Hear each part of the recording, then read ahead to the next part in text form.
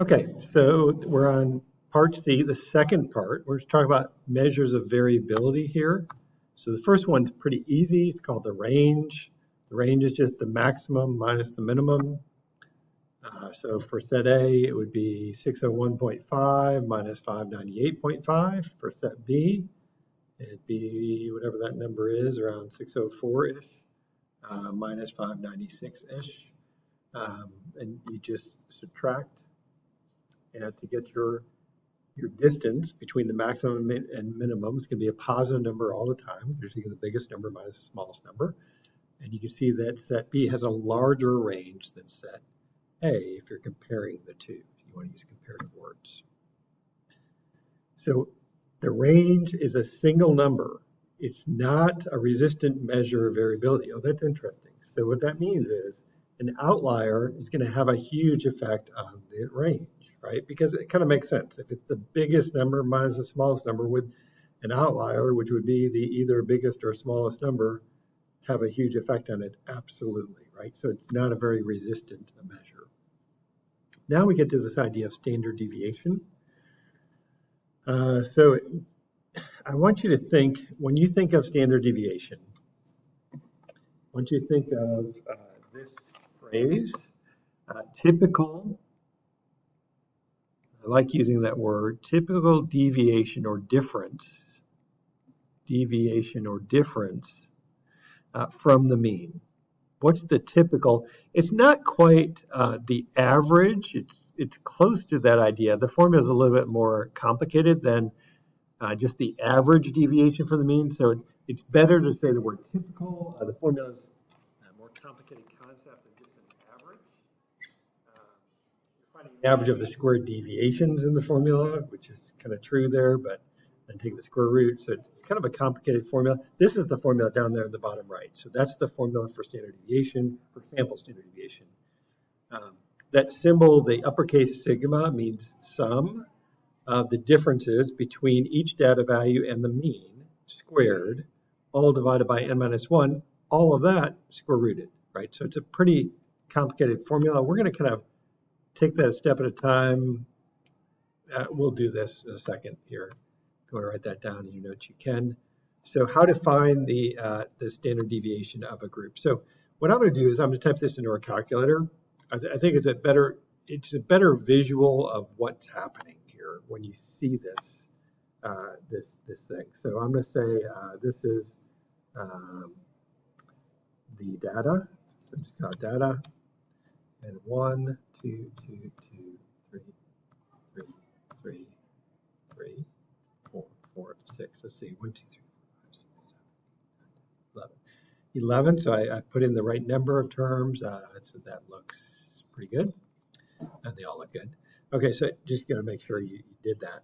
Okay, so you want to find the mean. The calculator will do that for you if you want to. So I'm going to call this, if you look at the formula, so the formula, the first thing you have to do is you have to find the differences with the X bar with the individual data values, which I'll just typed in, and X bar, which is the mean. So I'm going to call this one diff. For the differences, I'm going to put an equal sign here. That's what we do in Excel when we put a formula. I'm going to put data minus the mean. I just typed the word mean, by the way. There's probably a way to find it in the calculator, but I just typed it. Of parentheses data. So that's going to find, it's going to take each data piece, the 1, and subtract the mean of the data. So, which means to me, I can figure out from doing this, the mean must be 3, right? Because 1 minus 3 is negative 2, 2 minus 3 is negative 1. Again, that says the data, each data value, minus the mean of those data values. So it's subtracting 3, so I can just kind of deduce that that's the case. I'm going to call this SQ for squared, and I'm going to put equals diff squared. So I'm going to square each of those data values. One of the things I don't like about those data values, I want to find the typical deviation from the mean. Those are positive, and some are negative, and so forth, and I want to get them all positive. So I had to square them to make the numbers all positive is one way of doing that. That's part of the formula. The reason I did that is the formula. If you look at the formula, you see you're taking the difference between x minus x bar, squaring that, and then summing up those values. So that's what I'm going to do next. I'm going to sum up those values. So I'm going to add a calculator page. Again, hit the home key, go to a calculator. Do not go to Scratchpad. You will not have access to your data. I want to find the sum. So I'm going to type the word sum of the data. No, I want a sum of the diff, or the square, SQ. Sum of all the squared terms. The sum of squares, this is called. So 18 is the sum of squares. So my numerator of this fraction of standard deviation is 18, because I added up all those squared values, all those squared differences, the sum of the squares, and I added up the sum of the squares there. Now I'm going to divide that by n minus 1. So I'm going to divide by n minus 1. So remember, so I'm going to say divide by n minus 1. I'm going to say 11 minus 1 because 11 was our number of terms, and so we're going to divide that by 10. And I'm going to make sure that's a decimal, and that's 1.8. That makes sense. We just divided by 10 essentially, so 118 becomes 1.8. Okay, and then it says we have to square root all of that, right? So I've got to square root the 1.8. So square root of 1.8. And the answer is 1.34164. So I think that's going to be the standard deviation. Let's see if we did everything right. So they found the differences, the deviations from the mean. They squared all those deviations. They added them to get 18. That's the same thing we got. They then divided that by 11 minus 1, which is 10, to get 1.8. And they took the square root of that guy to get 1.34. So how many close friends do these people at these 11 high school students have? They have 1.34 on average close friends. It's kind of weird to have a decimal for a friend, but you know. Got what you got. Okay, properties about standard deviation. This is nice to know, especially for multiple choice question. SX is the sample standard deviation. That's what that stands for. It's always greater than or equal to 0. If there's no deviation in the mean, standard deviation is 0. But it can't be smaller than 0. Greater variation from the mean results in larger values of the standard deviation. So if it varies a lot, the standard deviation is going to be bigger. Standard deviation is not a resistant measure, so that means if you have an outlier, it's going to have a huge effect on, because it's very deviated from the mean. It's a lot of difference from the mean, so we would have a huge effect. And then measures variation about the mean. So that's what that basically doing. You're finding variation about the mean. So we can also take and find interquartile range. So let's talk about that data set we have there. Just because it's such an easy data set to talk about, so I'm going to do that for a second here.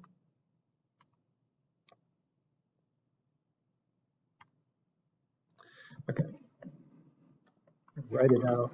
It's already in order. It's kind of a nice data set. I like talking about this one. So 1, 2, 2, 2, 3, 3, 3, 3, 4, 4, 6. There's 11 terms, so I know if I divide by 2, that's 5.5. So the sixth term should be my middle term. 1, 2, 3, 4, 5, 6. This one should be my median. Now there's 5 terms on each side. So that is, again, the middle term is called the median. If I find the median or middle of the bottom terms below that median, so this guy is the median of the lower half of the data. We call that Q1 for quartile 1. There's 5 terms above that 3, so the middle term of that one is 4, and that's called our Q3. That's quartile 3. Think of 3 quarters. That's 75% of the way. 1 quarter, quartile 1, is 25% of the way there as you're counting numbers. We'll get back to where they tell us how to do this. So the quartiles divide it into 4 equal groups, 25% in each, so to speak. Range of data from smallest to biggest. First quartile is the median of the lower half of the data.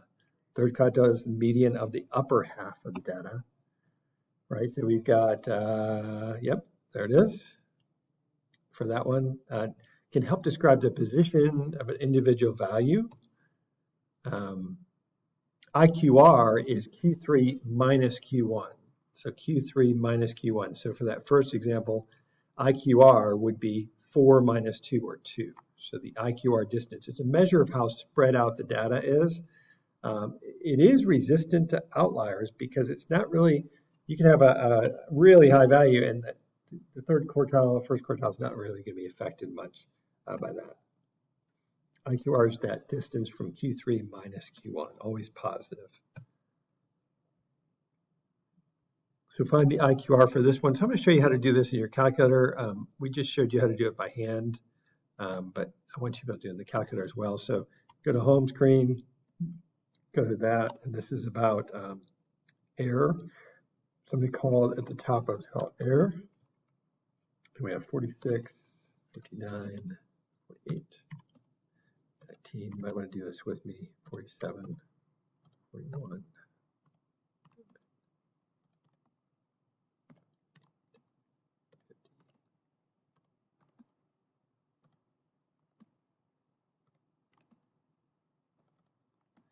Okay, I have 1, 2, 3, 4, 5, 6, 7, 14 pieces. That's good. That's what I wanted to have. Okay, find the IQR. So what I like doing is go into a calculator screen once you've typed in the data. Do one variable stat. So you got to learn how to do this. Menu 6, 1, 1. So some people memorize rather than just look through it. And one list, we don't have any frequency list here. We call this one error, I believe. I say okay. It gives you a whole bunch of stuff. X bar is the mean. SX is the standard deviation, 10.18.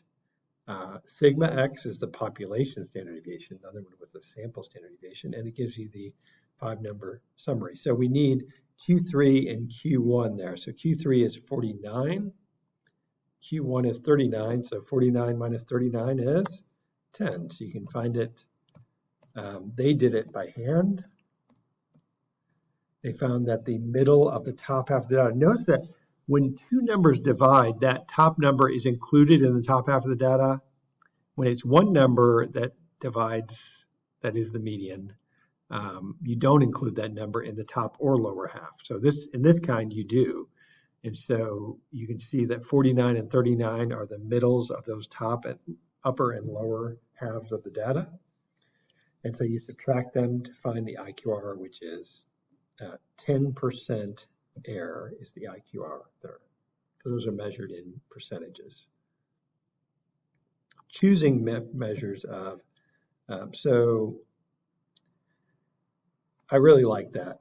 I would definitely copy that in your notes. The median and IQR go together, by the way. They kind of, median is a measure of center, IQR is a measure of spread or variation, but they typically go together. If you use one, you typically use the other, and those are really nice for skew distributions.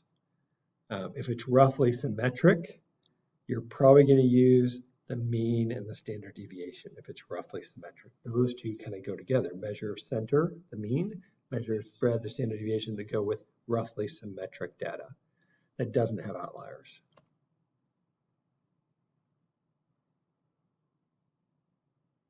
That's saying the same thing right there, I think, but you can copy that down in your notes.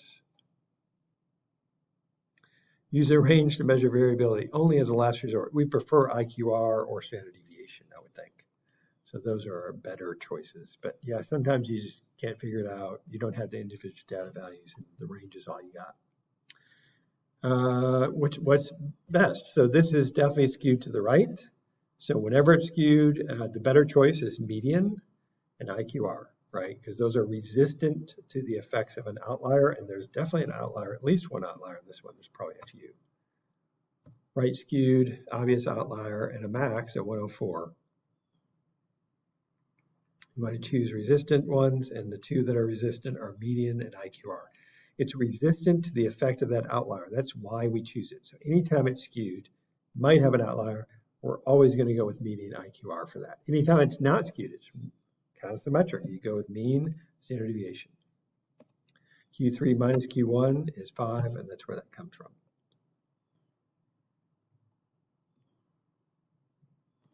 Type the values. I think we just did this. We did one variable stats on that. I think you have other numbers there, but that we hit the big ones there. So calculate the sample standard deviation. So I would, it also says interpret, so that's interesting. So I would, again, let's just practice doing this in our calculator. So for this one, hit the home key, go to the list and spreadsheet page. Always title the list first.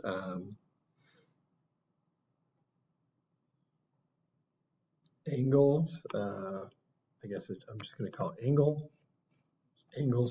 It went bold there, so that must be a calculator word. So I made it with an S, so it doesn't get mad at me, the calculator, because it has a command that's called that, I think, and that's why that caused that to go italicized or non-italicized.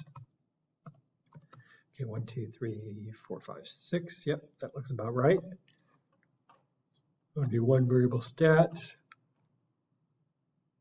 Then U611. Use angle.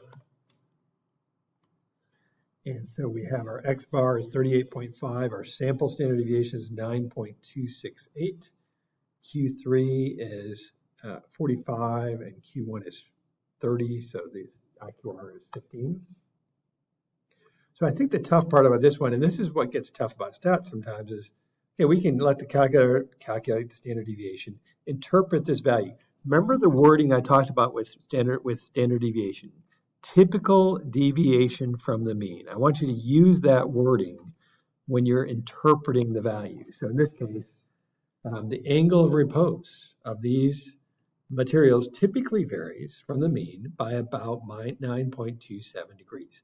Notice it has the context. It doesn't just say 9.27, but degrees. Typically varies, so typical deviation from the mean or typical variation or from the mean by about that much. That's a great definition there. So really nice interpretation of the thing. Find the IQR, so you're going to type this in your calculator, get Q3 and Q1 from doing one variable stats. I'm not going to do it for you this time, but I'll show you what they did. They did this by hand. They ordered all the numbers from smallest to biggest. There was one number in the middle, so that one doesn't count. So they put all the numbers to the left, that's the lower half. There were 1, 2, 3, 4, 5, 6, 7, 8, 9 numbers, so the fifth number is in the middle. Same thing for the top half, there's 9 numbers, the fifth one, which is 206, is in the middle.